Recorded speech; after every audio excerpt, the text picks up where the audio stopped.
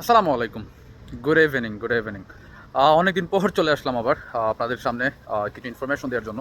তো রিসেন্টলি আপনারা হয়তো শুনেছেন যে কোরিয়াতে ইমিগ্রেশন, কোরিয়ার মধ্যে আপনার অনেকগুলো ইমিগ্রেশন থেকে প্রায় বাংলাদেশি সহ পৃথিবীর বিভিন্ন দেশের শিক্ষার্থীদের অলমোস্ট 300 স্টুডেন্টদের জরিমানা করেছে, অনেকে ধরে নিয়ে গেছে এবং একটা নির্দিষ্ট amount approximately 2 million Korean won বা ব্যাগ মানন পর্যন্ত জরিমানা করা হয়েছে।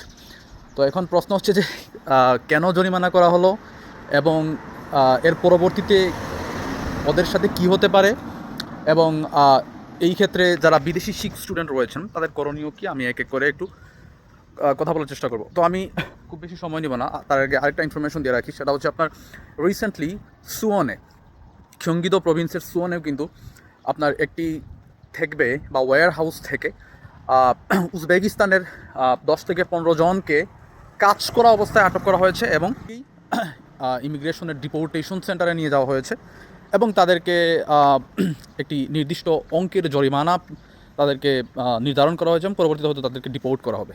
তো এখন কোরিয়ান গভর্নমেন্টের যে নতুন যে রুলস স্টুডেন্টদের ক্ষেত্রে বা বিদেশি স্টুডেন্টদের ক্ষেত্রে, সেটা হচ্ছে আপনার একজন স্টুডেন্ট যখন কোরিয়াতে আসবে, আসার পরে তাকে 6 মাস কোনো ওয়ার্ক পারমিট বা লিগাল বৈধভাবে কাজ করার অনুমতি ইমিগ্রেশন থেকে দেওয়া হবে না। তাকে অবজার্ভ করা হবে সে কি আসলে স্টুডেন্ট, সে কি আসলে পড়াশোনা করার জন্য এসেছে কি না, বা তার রেজাল্ট অনেক সময় অনেক ইউনিভার্সিটি ইমিগ্রেশন থেকে দেখা হবে। So it's very common A normal thing. এখন এই যে বিষয়গুলো এগুলো আসলে অমান্য করে এই যে বাংলাদেশি সহ যে 300 জন স্টুডেন্টকে জরিমানা দেওয়া হয়েছে বা ফাইন দেওয়া হচ্ছে, তারা এই ইমিগ্রেশন রুলসগুলো মানে নাই। ওরা কাজ করছে, কাজ করার পরে অ্যাকচুয়ালি আপনার করছে, ওদেরকে ধরা হয়েছে অ্যান্ড দেন হয়তো এই যে 2 মিলিয়ন করে ওন নিছে, নেওয়ার পরে অনেকে হয়তো যদি প্রিভিয়াস ক্রিমিনাল ডেটা চেক করে যদি আরও কোনো ডোমেস্টিক ভায়োলেন্স থাকে বা হচ্ছে আপনার এই অন্য কোনো অপরাধের সাথে যদি জড়িত থাকে, দেন ডিপোর্ট করে দিবে, অন্য কোনো ভিসাতে সুইচ করতে দিবে না। বেশিরভাগ স্টুডেন্ট শুনছি D4-এর বা ল্যাঙ্গুয়েজ ট্রেনিং প্রোগ্রামের।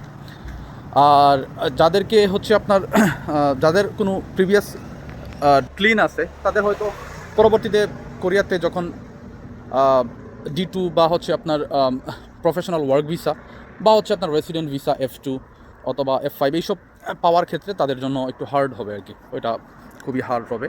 তো এই ক্ষেত্রে এখন নতুন স্টুডেন্ট এসেছেন, তাদের করণীয় কী? এখন দেখেন কোরিয়াতে তো আসলে অনেকেই আসে আপনার D4-এ, যারা বেশিরভাগ হচ্ছে EAP বা কোরিয়ান ল্যাঙ্গুয়েজ প্রোগ্রামে যারা আসে, তারা আপনার আসার পরে অনেক এজেন্সির মাধ্যমে প্রলোভিত হওয়ার পরে আপনার বেসিক্যালি মানে দেখা গেছে যে ভাই ব্রাদার থাকে, ওদের মাধ্যমে রেকমেন্ডেশনে জব টপ করে। It's very normal. তো এখন এই জব করার ক্ষেত্রে তো স্যালারি যেগুলো আছে এগুলো তো ARC কার্ড পাওয়ার পরে তো ব্যাংক একটা অ্যাকাউন্ট করা হয় এবং নর্মালি ওই ব্যাংকে আসলে আসে আর কি। তো এখন এই ব্যাংকে আপনি টাকা যখন নেবেন, নেওয়ার পরে অনেক কোরিয়ান হচ্ছে আপনার কোম্পানি বা রেস্টুরেন্ট বা হচ্ছে আপনার ইয়েগুলো আছে কি বলে এই পিওনিজম বা হচ্ছে এই কনভিনিয়েন্স স্টোর, ওইখানে আপনার ARCর উপরে ওরা হচ্ছে আপনার ট্যাক্স দিয়ে দেয় আর কি, সুদুক দিয়ে দেয়। তো এই সুদুক বা ট্যাক্স যখন আপনার নামে দিয়ে দেয় ওরা, তখন আপনার যখন ইমিগ্রেশন যখন মানে একটু ঘাটাঘাটি করে তখন যদি পায় যে আপনার তো আসলে ট্যাক্স যে দিছে, কারণ আপনার তো আসলে লিগাল মানে কাজের পারমিশনই নাই, তো এই ক্ষেত্রে আপনাকে অবশ্যই প্রশ্ন করবে বা মানে ইমিগ্রেশন অফিসাররা তো দেখবে যে মাত্র আসছে 3 মাস হয়েছে কিন্তু ওর এখনও কাজের পারমিশনই নাই, সে কাজ করতেছে এবং ওর নামে ট্যাক্সও দিয়ে দিছে।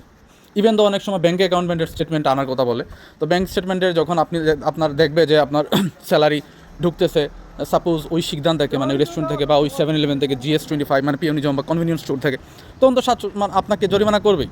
তো বেসিক্যালি এই ক্ষেত্রে আমি জানি না এটা আমার হবে কিনা, বাট আমি যখন D10-এ ছিলাম, D10 বলতে হচ্ছে job searching visa, bachelor complete করার পরে, তো D10-এ থাকার সময় আসলে আমরা কিছু ট্রিক্স ফলো করি আর কি, কারণ D10-এ আসলে কাজের পারমিশন দেয় না। আমরা যখন ছিলাম 3-4 বছর আগে, ওই সময় হচ্ছে আপনার কাজের পারমিশন দেয় নাই আর কি। এখন শুনছি যে কোরিয়ান লেভেল 3 কমপ্লিট করার পরে নাকি অ্যাপ্লাই করা যায়, তখন কাজের পারমিশন দেয় এখন।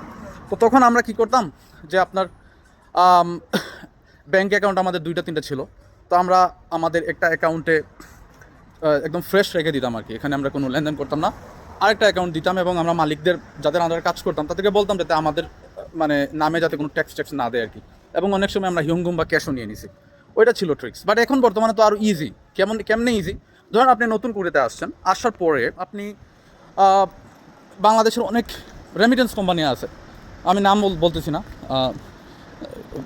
এটা প্রাইভেসির ক্ষেত্রে।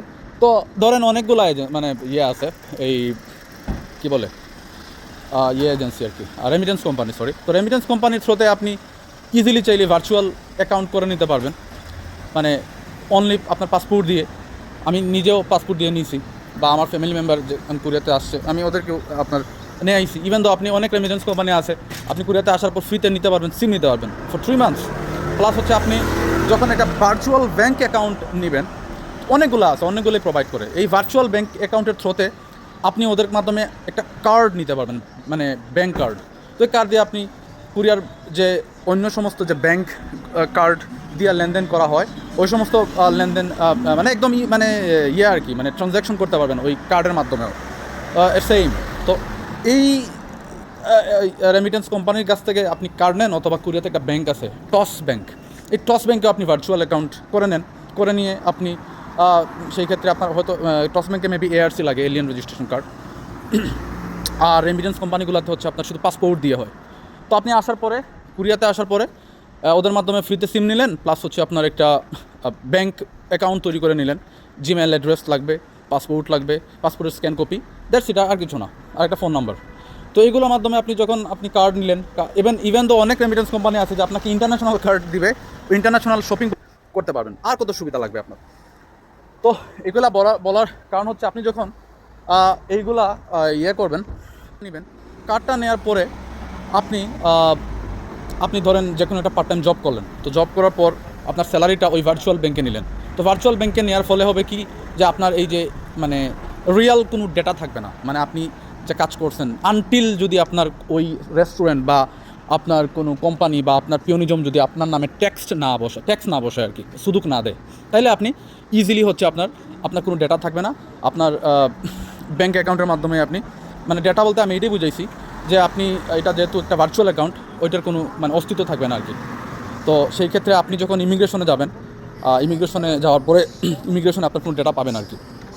তো সেই ক্ষেত্রে আপনার এই ভার্চুয়াল ব্যাঙ্কগুলো ব্যবহার করতে পারেন, ভার্চুয়াল বা টস ব্যাঙ্ক ব্যবহার করতে পারেন।